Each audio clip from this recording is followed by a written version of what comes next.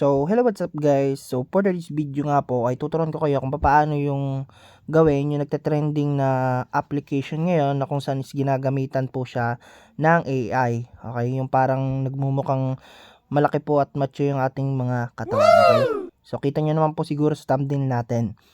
Okay, so ibababa ko na nga lang po yung link ng application na ito at ipipin ko sa ating comment section nang sa ganun is madirect po kayo sa mismong application. So ang application po na tinutukoy natin ay si Beautycam AI Photo Editor. Okay, so pagka open lang po natin siya mga idol, wait lang po natin siyang ma-open. So after nyo po ma-open yung application, pumunta po kayo dito sa AI Wardrobe. Alright, dito po mamimili lang po kayo ng mga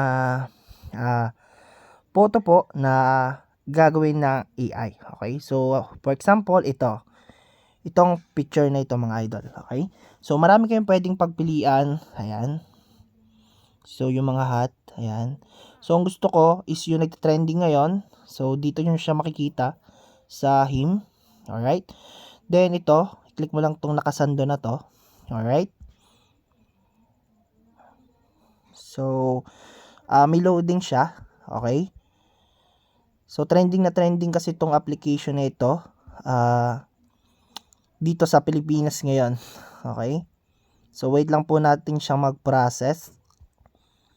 Okay, so sa mga hindi pa po nakasubscribe sa ating YouTube channel, mag-subscribe ka na. Nag-share ako ng mga ganitong klaseng application or mga nagte-trending ngayon. Okay,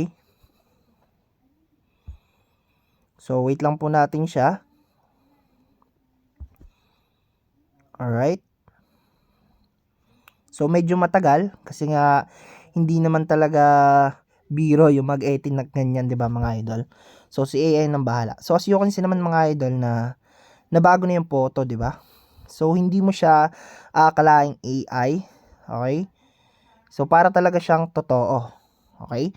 So pagkatapos niyan, i-save mo lang siya, kiklik mo lang tong check. Okay? Then save.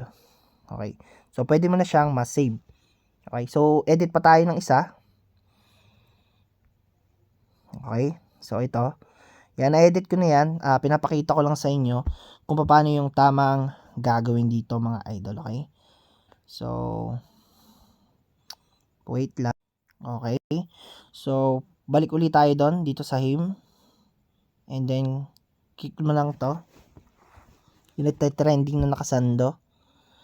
Then, pagkatapos yan, magugulat ka sa resulta nito. Okay? So, nakadalawang example tayo. Alam kong goods na yun sa inyo. At saka nagbabago yung position niya. Binabagay ng AI yung tayo ng inyong katawan dito. Okay?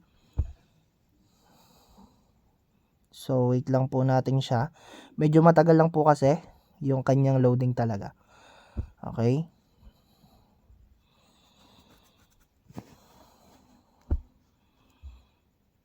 So, yan mga idol, 'di ba? Para talagang totoo siya, hindi mo talaga akalain na AI po yung gumagawa niyan. Okay? So, hanggang dito lang yung ating video mga idol. Don't forget to subscribe to my channel. Maraming salamat. Ingat po and God bless you all.